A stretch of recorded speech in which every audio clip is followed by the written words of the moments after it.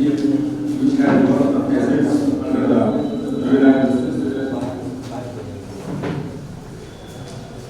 is the first production of the child before the juvenile justice board.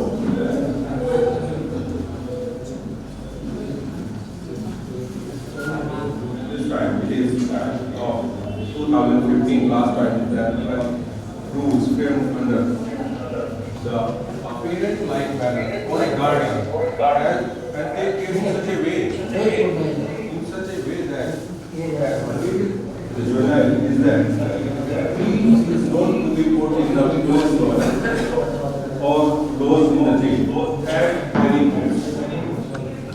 The JJ Act has provided different things than our usual imprisonment. It has provided a child-friendly atmosphere is given at each and every point. Because juvenile justice rules enough to put the juvenile, the special police unit, special juvenile police unit is empowered to do so that the inquiry may be conducted before the JJB or the children court as the case comes out later on. If at all it is to be interrogated into a police station, then it must be some corner of it, so that the child does not have any adversarial feeling. The list of volunteers, NGOs or the panel holders should also be displayed in the police stations, and the state government should provide fund for all these amenities. Rule 9 of this JJ Act says that when a child is arrested for heinous is an exception, and which is a distinct apart approach from the regular courts. So it is to be understood that the arrest or apprehension of a child is an exception, and this exception is only in 2 cases when he has committed a heinous or apprehended, and in those 2 cases also the person apprehending must be his region of arresting the juvenile.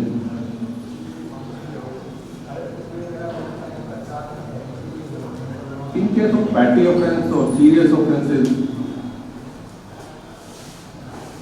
the JJB at the time of even first production of the child should initiate a rehabilitation program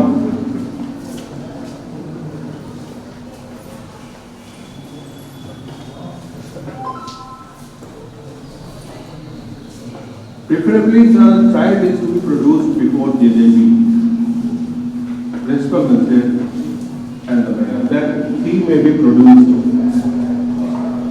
before CWC for committing a heinous or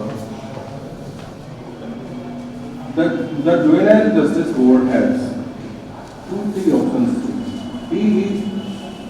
But the basic thing is that there are observation zones, there are place of safety, there are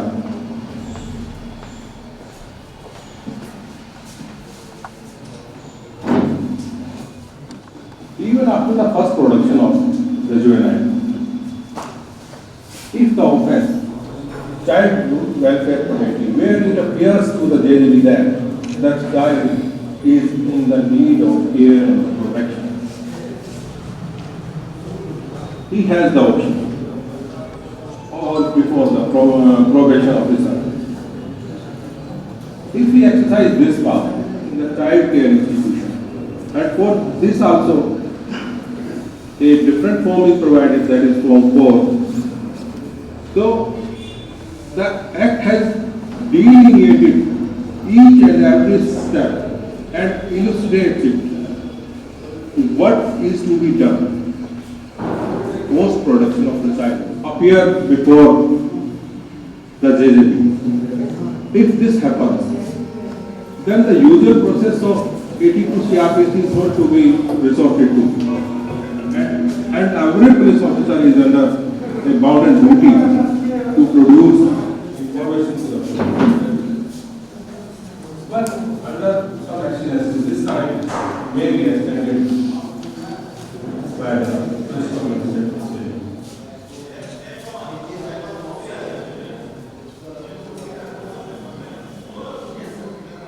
Then the next topic is the transfer of society from Rule 81 of the transfer the child. If the child hails from a place outside the jurisdiction of that board of CPC. छोटे भाई मेरे अभिनंदन प्रधान न्याय अधिकारी यहाँ उपस्थित हमारे न्याय अधिकारी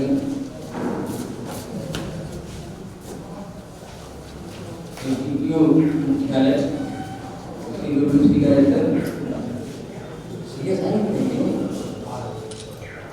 और यहाँ उपस्थित हमारे छोटे भाई बहन और पार्टिसिपेंट, जैसा कि वेलकम एड्रेस में ही हमारे जिला न्यायाधीश महोदय ने एक संक्षिप्त रूपरेखा प्रस्तुत की।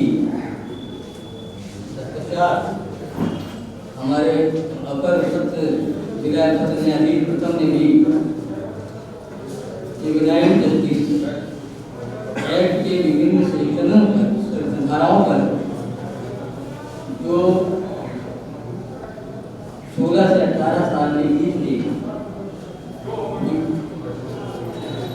कंप्यूटर सुविधा है उनके विषय में कैसे विचार हो इसके संबंध में बताया। जुवेनाइल जस्टिस के लिए जस्टिस के प्रावधानों के संबंध में ऑलरेडी ये बताएंगे हमारे बाद। अब प्रश्न उठता है कि बच्चों से संबंधित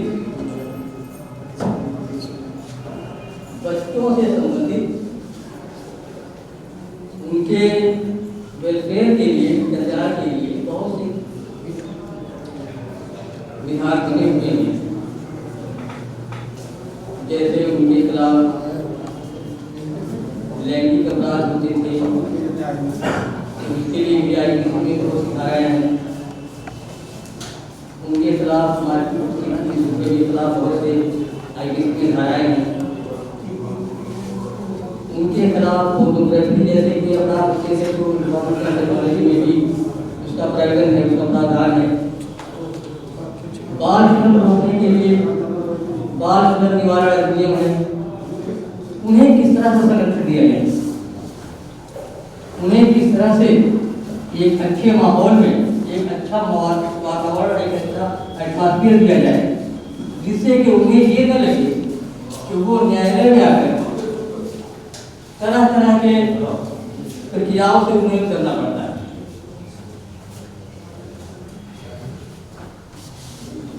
इन सभी बिंदुओं पर विचार करते हुए ये एक अति संवेदनशील children's from sexual offences act, वैसे तो 2005 में ही बना था, लेकिन नया एक्ट 2015 है। इसमें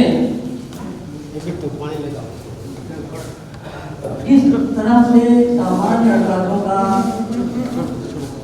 पंजीयन या रजिस्ट्रेशन या तो समझ लें कि किस तरह से उसका FIR दर्ज होता था, सारी प्रक्रिया वही है 1654 के आर्टिकल के तहत।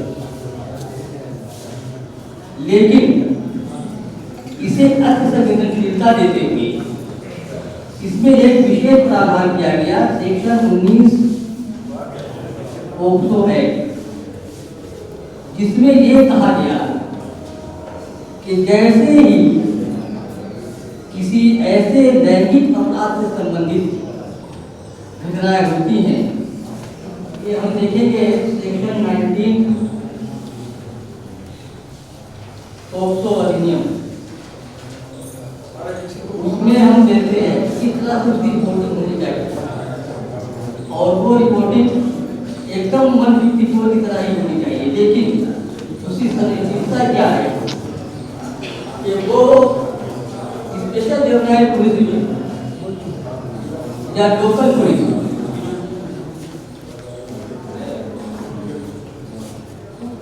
उसका संज्ञान लेगा, मतलब उसको रजिस्टर करेगा, और वो रजिस्टर करने के बाद उसकी रिपोर्ट वो तुरंत एट वर्क या विदिन 24 आवर्स CWC को देगा। अब ऐसे बच्चे जो विक्टिम हैं उनके या SJPU ऐसी जगह उस बच्चे से लेगा जहां वो सबसे ज्यादा कंफर्टेबल महसूस करे, या तो वो उसके घर जाए वहां ले, या वो बच्चा जहां चाहे वहां वो अपना बयान लेकर कराए। और वो बेहतर ये होगा कि किसी लेडीज, अगर वो लड़की है माइनर गर्ल है, तो किसी लड़की किसी लेडी ऑफिसर से कम ना हो, उसके द्वारा उसका बयान रिकॉर्ड किया जाए। ये तो इनिशियली शुरू हो गया कि किस तरह से ये मामला आगे चलेगा। जब ये मामला रजिस्ट्रेशन के बाद जब आता है तो सारी दुनिया वही कहती की तरह होगी। FIR दर्ज होने के बाद 24 आवर्स के पहले 24 आवर्स के अंदर उसे न्यायालय को भेजना होगा उसकी सूचना, और उसकी सूचना न्यायालय के पास होने के बाद उसका इन्वेस्टिगेशन होगा।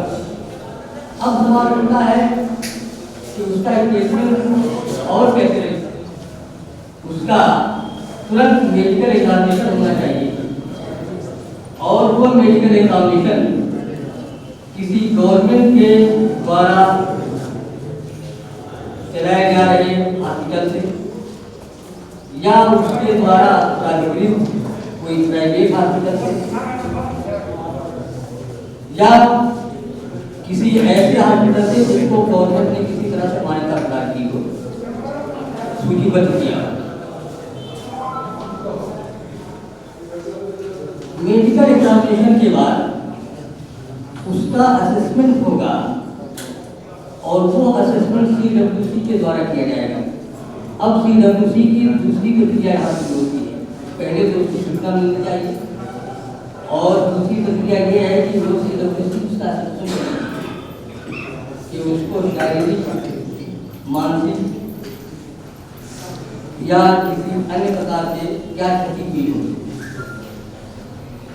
वो मेडिकल एविडेंस सीरियस जो भी जरूरत होगी उसको आगे करेंगे, और CWC उसका असेसमेंट करेंगे, सारी व्यवस्थाएं करेंगे। अब ये 154 एक की प्रक्रिया होगी। उसके बाद 154 में उसका इंगेजमेंट जब किसी मजिस्ट्रेट द्वारा किया जाता है,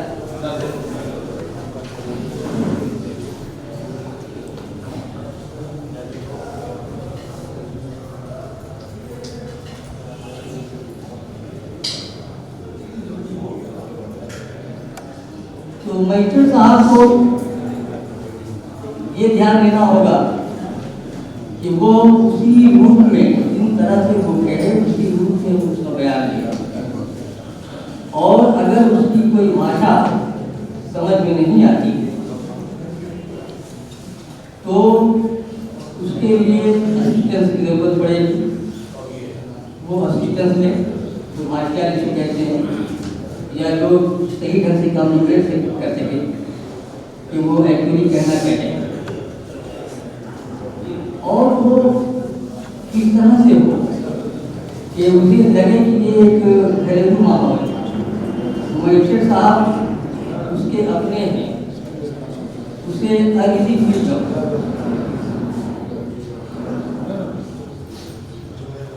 इसके बाद हम ये देखते हैं कि मेडिकल एग्जामिनेशन के समय उसको किस तरह का माहौल मिलना चाहिए।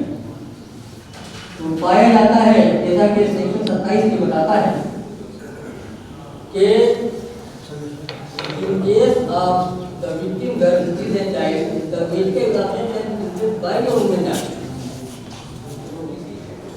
बहुत ही फेयर एंड गुड एटमॉस्फेयर में हो रहा है। बाकी जहाँ तक इन्वेस्टिगेशन की बात है, तो इन्वेस्टिगेशन तो ऐसे जैसे होता रहा है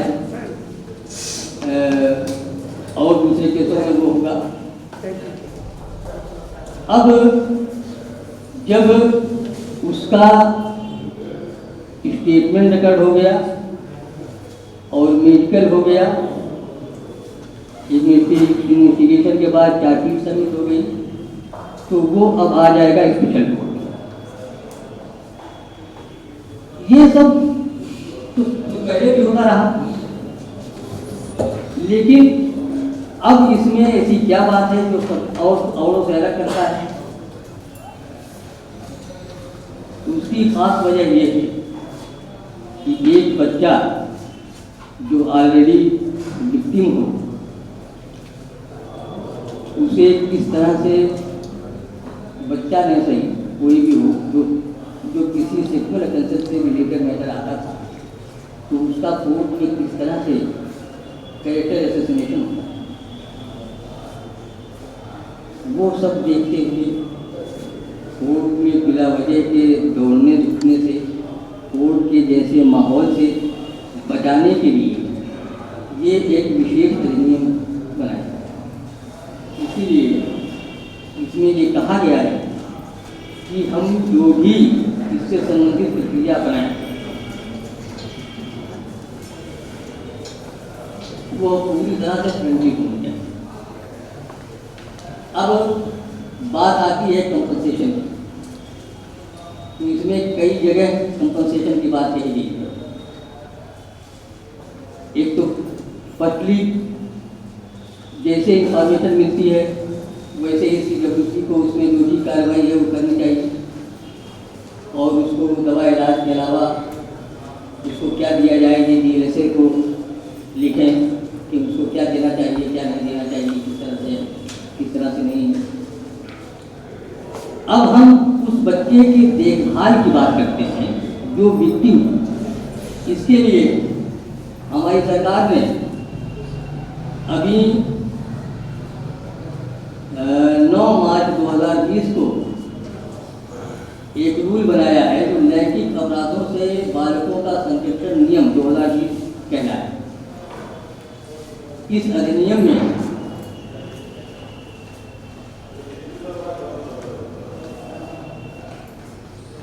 बच्चों के अनुकूल कई कार्रवाई करने का निर्देश दिया गया है, जैसे कि शैक्षिक सामग्री और पाठ्यक्रम का तैयार किया जाना, शारीरिक और आभासीय पहचान की सुरक्षा करना। बताइएगा कि वो इस तरह से करें। ये रूल 4 में इसकी व्यवस्था की गई है कि वो अपना नाम और पदनाम देगा, अपना टेलीफोन नंबर देगा, और जो सूचना प्राप्त किया है जिसने, उस पदाधिकारी का नाम देगा और उसका पूरा ब्यौरा देगा। इसकी सूचना चाइल्ड हेल्पलाइन को देगा, और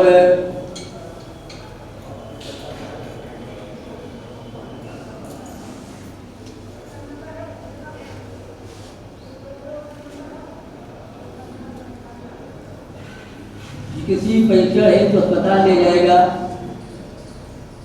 जो भी रिपोर्ट प्रस्तुत किया गया है वो प्रयोगशाला में जो पेशा पकड़ने पर जो भी चीज़ें रिकवर हुई है वो उसे फोरेंसिक में जांच के लिए भेजेगा।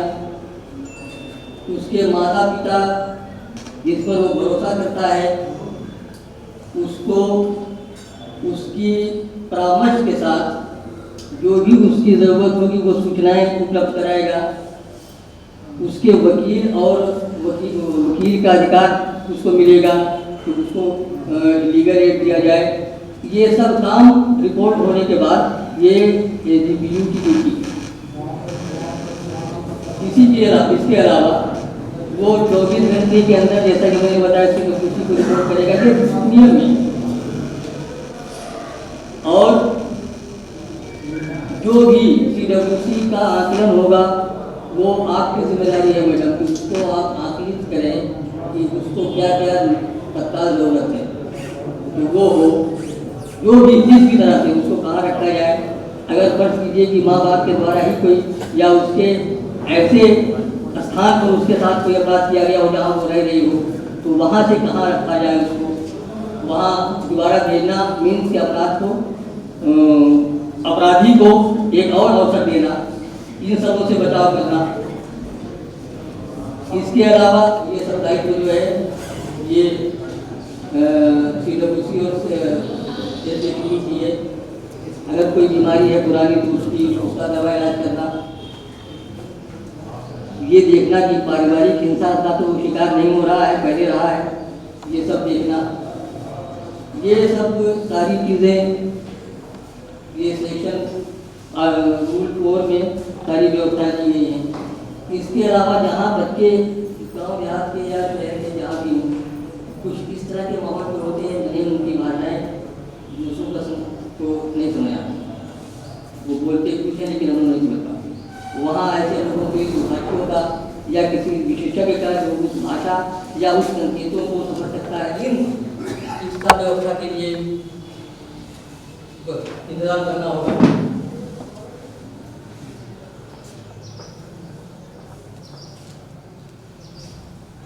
ये सब जो सेक्शन रूल 6 में लिखा हुआ है, इस सब के बाद अगर उसे किसी तरह की विधिक सहायता की आवश्यकता पड़ती है तो ये भी ड्यूटी CWC की है कि वो उसे DSA के सहयोग से उसे चिकित्सीय विधिक सेवा प्रदान की जाए, जिसके लिए CWC रेकमेंड करेंगे, सहायता देंगे।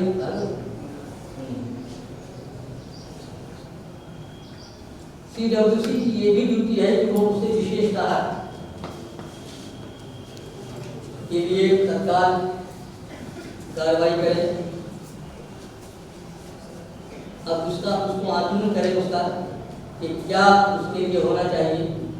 अब जैसे धारा 357 CRPC के तहत अगर कोई सुविधा दी जा रही है उसके लिए DSA से संपर्क करना है। राज्य सरकार द्वारा ऐसी कोई धनराशि DCPU में रखी गई है वो सहायता उसके मिलनी चाहिए। ये नहीं कि अब ये है, ये राज्य सरकार ने पूरी तरह व्यवस्था कर दिया है और पूरे जिलों, हर जिलों में, बिहार के सभी जिलों में इसकी पूरी व्यवस्था है और वहाँ से उसको तत्काल सहायता मिलनी चाहिए। इसके अलावा JJB Juvenile Justice Care and Protection Act. Members of bar, media professionals, I welcome all of you once again in this sensitization awareness program, which is scheduled to be held today, and which is specifically on Juvenile Justice Act 2015 and POCSO Act of 2012. It becomes very difficult for a junior to speak after 2 learned seniors, and moreover, previous sessions have already been expired, and after that I have been given an opportunity to speak on the aspect of the Juvenile Justice Act. To begin with, and to highlight the scheme of the Juvenile Justice Act, I would like to emphasize the terminology which has been used in the Juvenile Justice Act. How much sensitive this act is, which can be understood by the terminology used in the Juvenile Justice Act 2015. I would like to draw attention of all of you, all the stakeholders, more particularly the SHO and the DYSP and the brother judicial magistrates, that the word arrest has not been used in the entire scheme of Juvenile Justice Act. word apprehension is used. The word charge sheet has not been used in the entire juvenile justice scheme. The word final report has been used. So these are the importance of this legislation. Moreover, the word trial has not been used, sir. The word inquiry has been inserted in the Juvenile Justice Act. See the importance of a child. William Wordsworth, one of the greatest poets of past, has said, "A child is a father of nations." Therefore, it becomes very important to be sensitized and aware about the provisions of Juvenile Justice Act. I would like to begin with a case study, and I give you one hypothetical question or hypothetical example. I must say that a girl of 15 years of age carrying 5 months pregnancy is being arrested by the police. एक बच्ची है जो 15 साल की है, 5 महीने की pregnancy है उसको पुलिस अरेस्ट करती है on the charge of being a member of theft,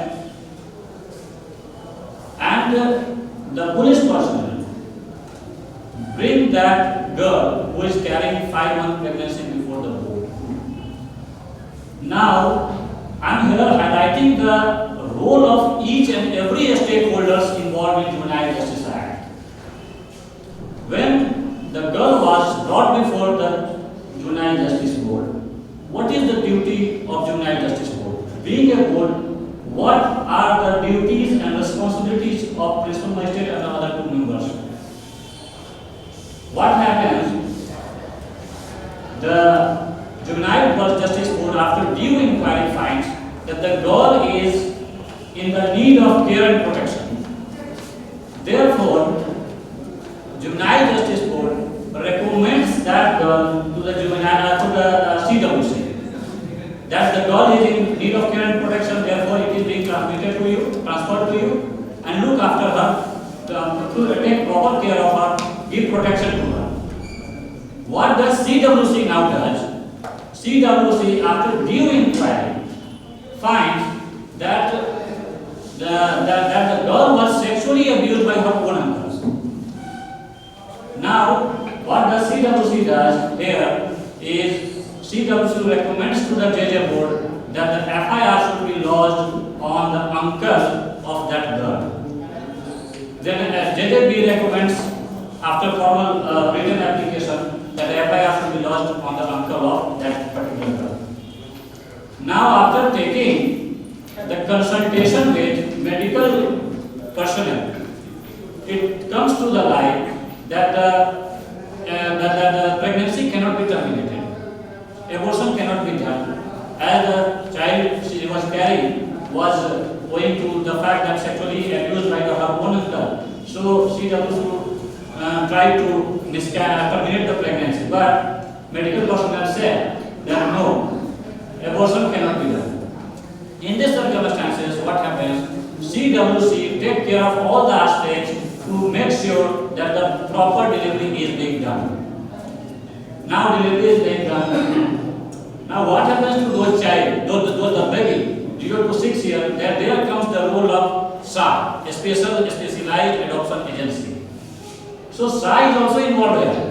If a baby or child who is between 0 to 6 years and without parents, then SA can take over that baby or child and it will be open for others to take adoption. So this is the situation where all the stakeholders, whenever a child is detained or apprehended, every stakeholder has a role to play. Every stakeholder has a role to play. Now coming to the fact that the justice delivery system, criminal justice delivery system, it was always in the favor of socialistic justice. But this legislation is unique in the sense that it prescribes the individualized concept of justice. And moreover, a right-based justice. Though the accused, we do not use accused here, we use the word CICL, child in conflict with law.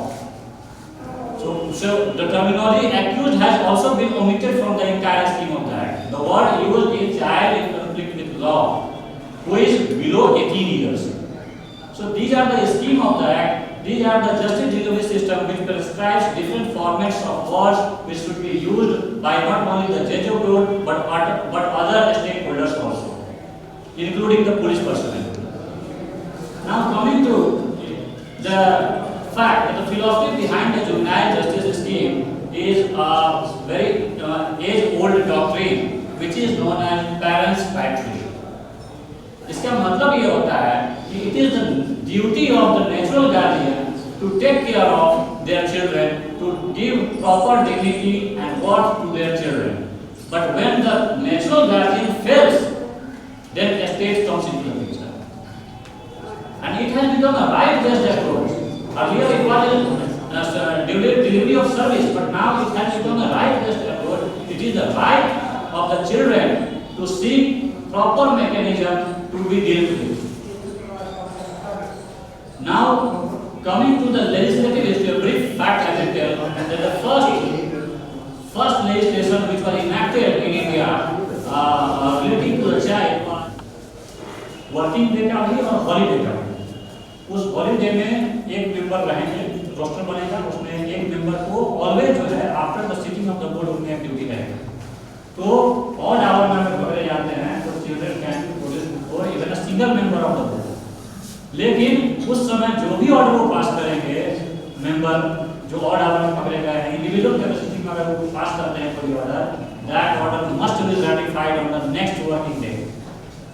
अगर single member ने remand कर दिया, remand किया, उसको observation हो जाती है custody में, तो उसको जो है नेक्स्ट सिटिंग में जब मजिस्ट्रेट होंगे या कोरम होगा का उसको रैटिफिकेशन करना है कि yes we do ratify the order being passed by a single member who on duty. ये हमको लिखना होगा नेक्स्ट करेंगे. ऐसा नहीं है कि सिंगल मेंबर कुछ भी कर रहे हैं उसका कोई रैटिफिकेशन नहीं होना, उसका रैटिफिकेशन होना मस्ट है. अब जो इशूज है वो टाइम खत्म हो गया. लंच के बाद इशूज ज़्यादा है जैसे लंच के बाद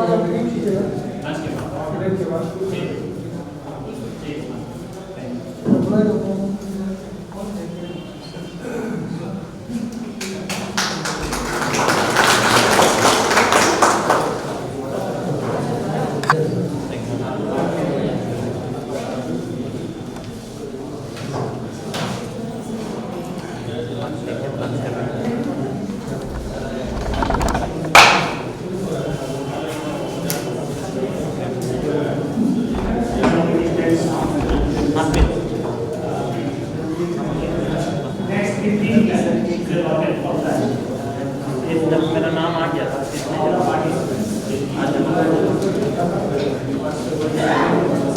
तो ये सब सारा फैक्टर हमको देखना है बिल के दौरान.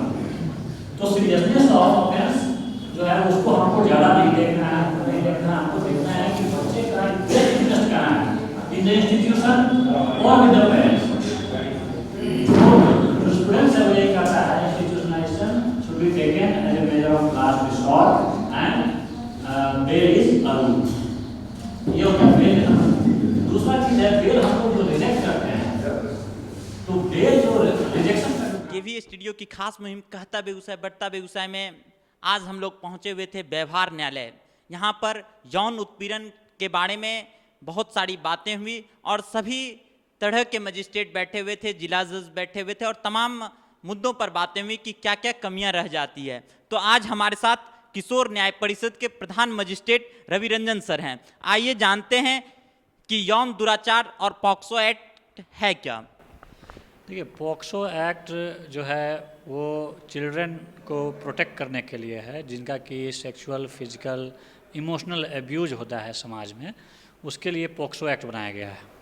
2012 में ये लेजिस्लेशन लाया गया था जिसमें कि ऐसे बच्चे समाज के जो महरूम रह जाते हैं जिनका किसी भी तरह का एब्यूज होता है ना, एक्सप्लॉइटेशन होता है आइदर फिजिकली, इमोशनली और सेक्सुअली, तो ऐसे बच्चों के प्रोटेक्शन के लिए कानून निर्माताओं ने ये पॉक्सो एक्ट का ये निर्माण किया और उसके तहत जो है बहुत सारे प्रोविज़न हैं, जिसमें कि चाइल्ड फ्रेंडली कोर्ट की बात है कि बच्चे को ऐसे कोर्ट में लेकर के आया जाए कि वहाँ जो है कोर्ट का जो परसेप्शन होता है कि कोर्ट ऐसा, कोर्ट में ले जाने पर कोर्ट पे हार्डन क्रिमिनल भी आते हैं, तो ऐसे परसेप्शन से बच्चे को हटाने के लिए ऐसे बच्चों के लिए चाइल्ड फ्रेंडली कोर्ट है जो पॉक्सो एक्ट के अंदर में बनाया गया है।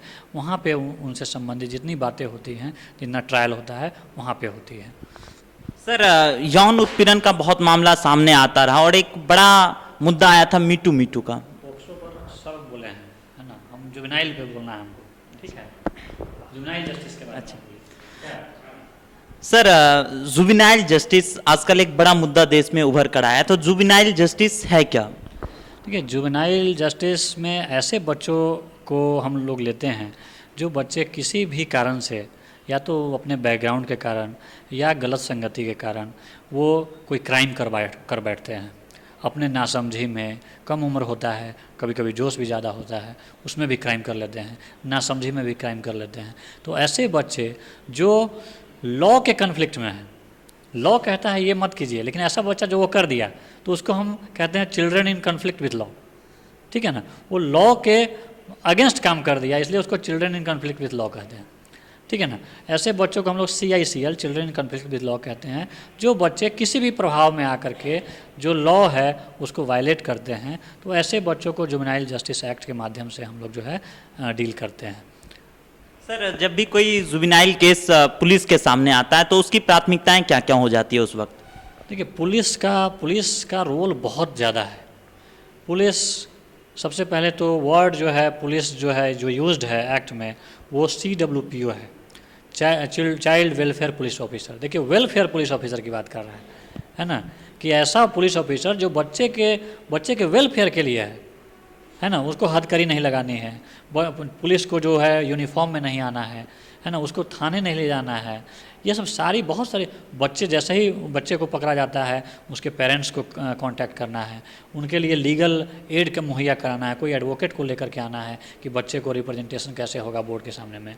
तो इन सब सारी चीज़ों को पुलिस को ध्यान देना है ना। पुलिस बहुत बड़ा स्टेक होल्डर है इसमें, बहुत बड़ा, पुलिस का बहुत बड़ा रोल है, जो कि कई बार लैप्सेस हो जाती हैं अवेयरनेस के कमी के कारण, है ना।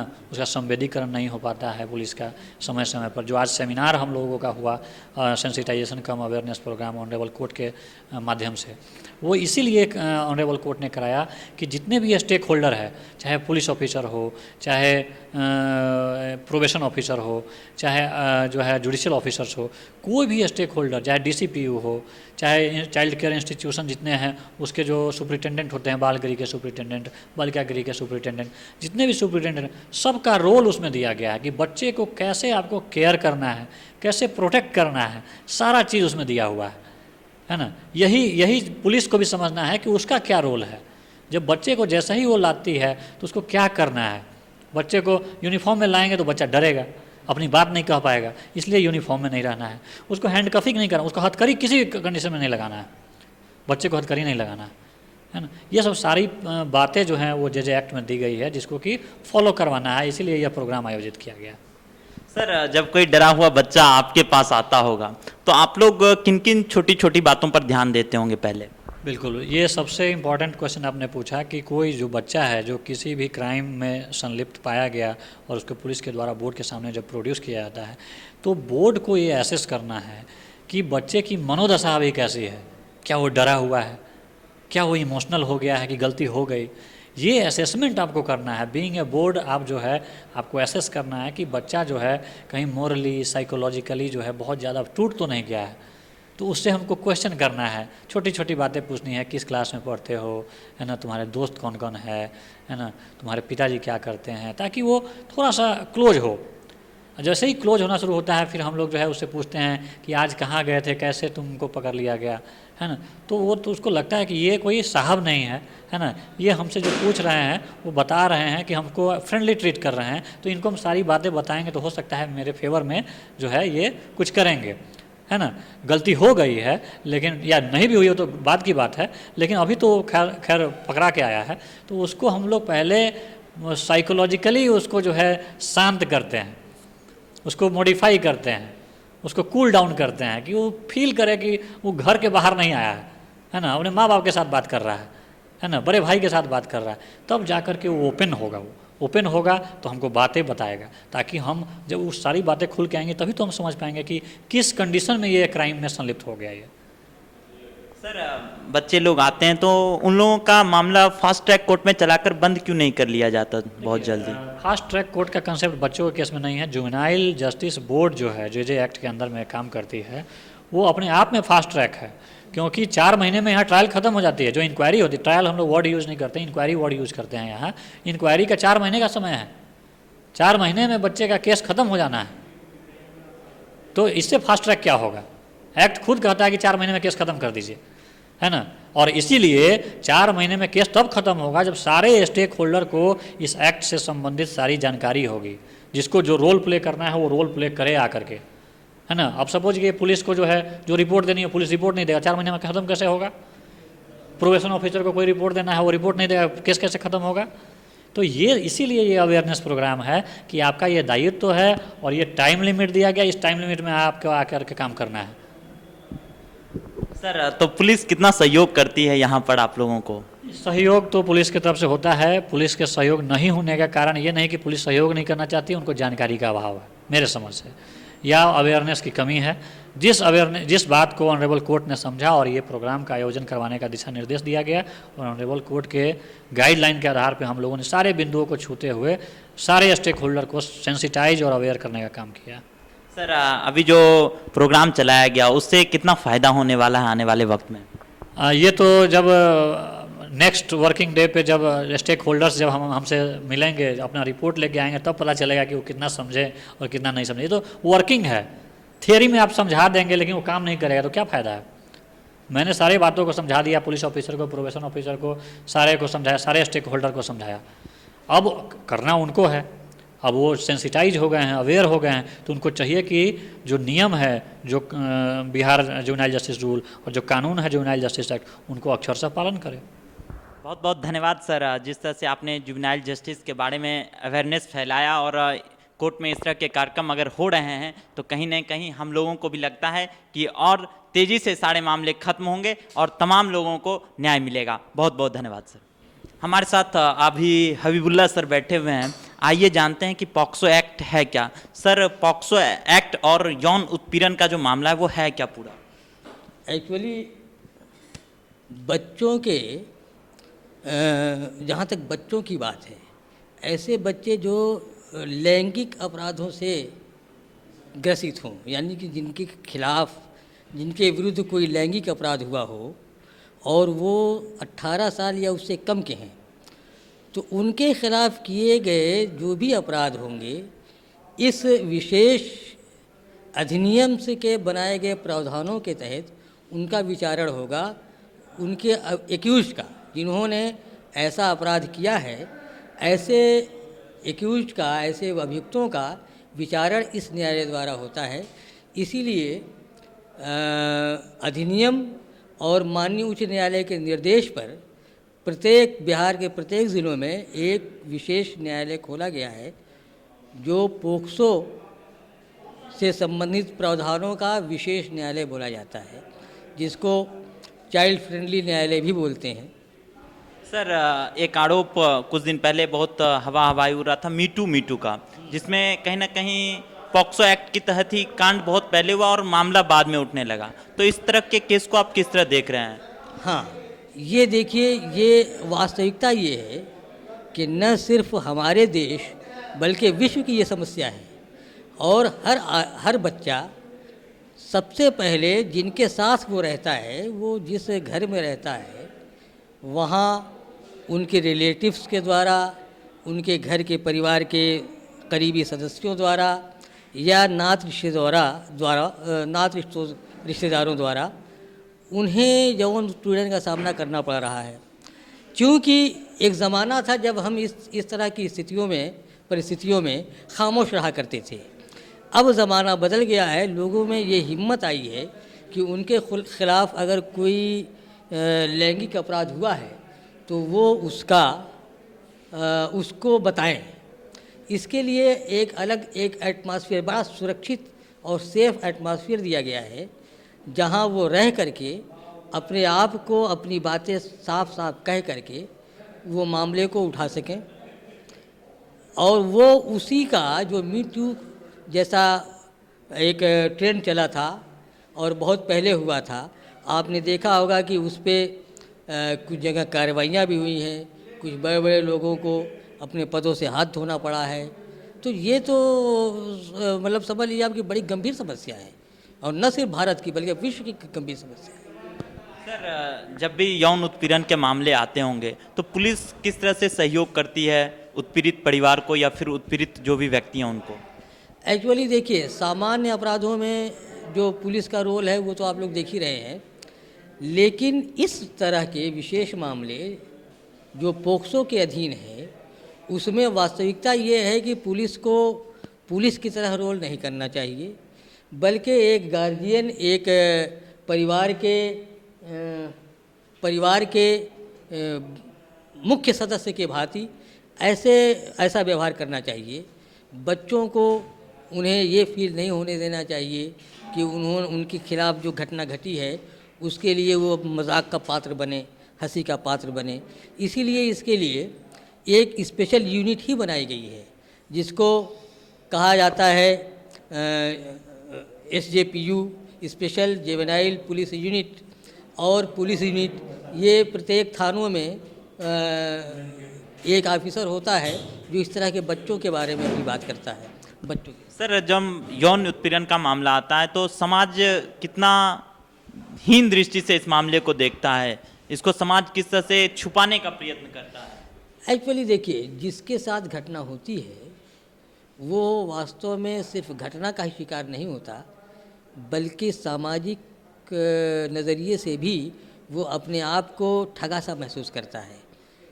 अगल बगल के लोग, मिलने जुलने वाले, उन्हें मतलब कि उनके सम्मान को थोड़ा बहुत संदेह की नज़रों से देखना शुरू करते हैं। यही एक वजह है कि ये सब मामले बहुत कम आते रहे या रिपोर्ट ही नहीं होते रहे। अब ये बात, ये ज़माना बदला है, लोग सामने आने लगे हैं, और हम समझते हैं कि इस पर जब रिज़ल्ट आना शुरू होगा तो और भी लोग सामने आएंगे और बेहतर परिणाम मिलेगा।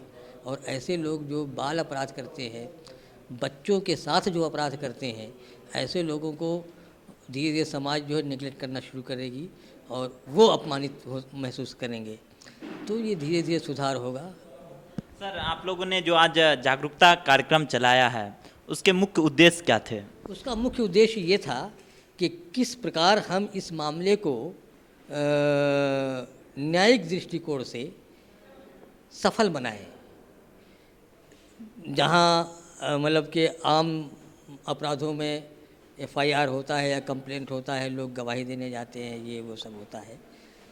इस मामले में police as a police role नहीं काम करती, बल्कि उसको एज ए फ्रेंड एंड मतलब वेलविशर काम करना होगा। और धीरे धीरे उन लोगों में, चूँकि ये नया एक्ट आया है, इस पर बहुत ज़्यादा कार्रवाई आगे नहीं बढ़ पाई है, लेकिन मैं समझता हूँ कि धीरे धीरे वो भी जागरूक हो रहे हैं। और न्यायालय को भी ये देखना होगा कि उन्हें इस तरह के रास्ते पर चलने के लिए बाध्य करे कि वो जो रूल और एक्ट है उसके मुताबिक वो काम करें। सर, इस तरह के मामले को अगर कहें तो किस तरह खत्म हो सकता है लगभग? देखिए, अपराध एक्चुअली ये अपराध को ख़त्म करना कैसे ख़त्म होगा ये तो कहना बड़ा मुश्किल है, क्योंकि आदिकाल से अपराध होता रहा है और अपराध के तरीक़े बदलते रहे हैं। इसीलिए कानून बना, कानूनों में संशोधन होता रहा, नए नए अपराध के तरीके आए, नए नए कानून बने। ये कहना तो मुश्किल है कि अपराध ख़त्म होगा या नहीं, लेकिन इतना ज़रूर कहा जा सकता है कि लोगों में कानून का डर पैदा होगा।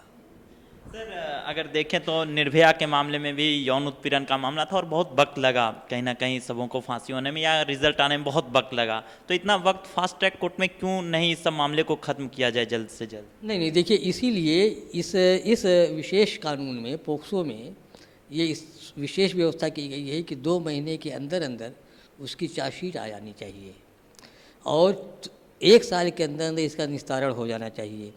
अब चूँकि बहुत से कारण हैं, कुछ तो अभी वर्तमान में आप देख रहे हैं पेंडेमिक चल रहा है, इसके अलावा गवाह प्रस्तुत करने का दायित्व प्रोसिक्यूशन डिपार्टमेंट को है, यानी कि अभियोजन पक्ष को है।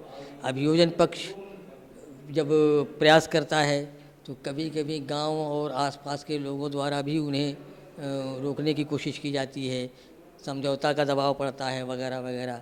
तो ये एक समस्या तो है, लेकिन इतना ज़रूर है कि जब लोगों के अंदर कानून पर विश्वास, न्यायालयों पर विश्वास बढ़ेगा तो वो दौड़ करके आएंगे और वो चाहेंगे कि जल्दी से जल्दी इसका निपटारा हो। हमें भी अपना थोड़ा सा रोल बदलना होगा, हमें अपने से भी कुछ प्रयास करना होगा, हम दूसरों पर नहीं छोड़ सकते। सर, जो भी दर्शक हमारे देख रहे हैं और जिनके साथ ये घटना होती है, उन लोगों को क्या कहना चाहेंगे आप? मैं यही कहना चाहूँगा कि जिस तरह से मारपीट की घटनाएं हैं उसी तरह से ये भी घटनाएं हैं। आप आएँ, अपनी बातों को पुलिस तक पहुँचाएँ, न्यायालय तक पहुँचाएँ। जब तक आप खुद नहीं आएंगे न तो पुलिस कुछ कर पाएगी, न न्यायालय कुछ कर पाएंगे। जहाँ तक शर्म की बात है तो शर्मिंदा तो उन्हें होना चाहिए जिन्होंने अपराध किया है। क्या कभी आपने ये सुना कि किसी के घर चोरी हुई हो और वो शर्मिंदा हो? बल्कि शर्मिंदा वो होता है जो चोरी करता है। ठीक उसी प्रकार जिसने अपराध किया है वो उसे शर्मिंदा होना चाहिए, आपको नहीं। आपकी कोई गलती नहीं है। अगर इस तरह की कोई बातें होती हैं, आप एकदम आएँ, सामने आएँ। आज समाज बदल चुका है, आपको सहानुभूति ही नहीं बल्कि सहयोग भी मिलेगा, न्यायालय भी सहयोग करेगा और पुलिस और दूसरी एजेंसीज भी सहयोग करेंगी। बहुत बहुत धन्यवाद सर, इतना व्यस्तम समय देने के लिए। मैं कवि नीलेश, कैमरामैन शकील के साथ। केवी स्टूडियो की खास मुहिम कहता बेगूसराय बढ़ता बेगूसराय में अभी हम खड़े हैं व्यवहार न्यायालय बेगूसराय में। यहाँ पर संवेदीकरण सह जागरूकता अभियान चलाया गया था और यहाँ पर तमाम लोग, यहाँ तक कि जिला जज और जो भी लोग मौजूद थे, स्पेशल जज पॉक्सो एक्ट के थे, एडिशनल डिस्ट्रिक्ट सेशनल जज थे, डिस्ट्रिक्ट सेशनल जज थे और प्रिंसिपल जज थे और प्रिंसिपल मजिस्ट्रेट जज थे। यहाँ पर अभी इस कार्यक्रम में वो लोग, तमाम लोग थे जिनको यहाँ पर होना चाहिए था। और जिस तरह से यहाँ पर जागरूकता अभियान चलाया गया, कहीं ना कहीं बहुत बेहतरीन कार्यक्रम रहा और जो भी लोग इस कार्यक्रम को देखें, इससे कुछ सीखें और आने वाले भविष्य में आपके साथ कोई भी दुर्व्यवहार होता है तो पुलिस तक जाएं, कोर्ट तक जाएं।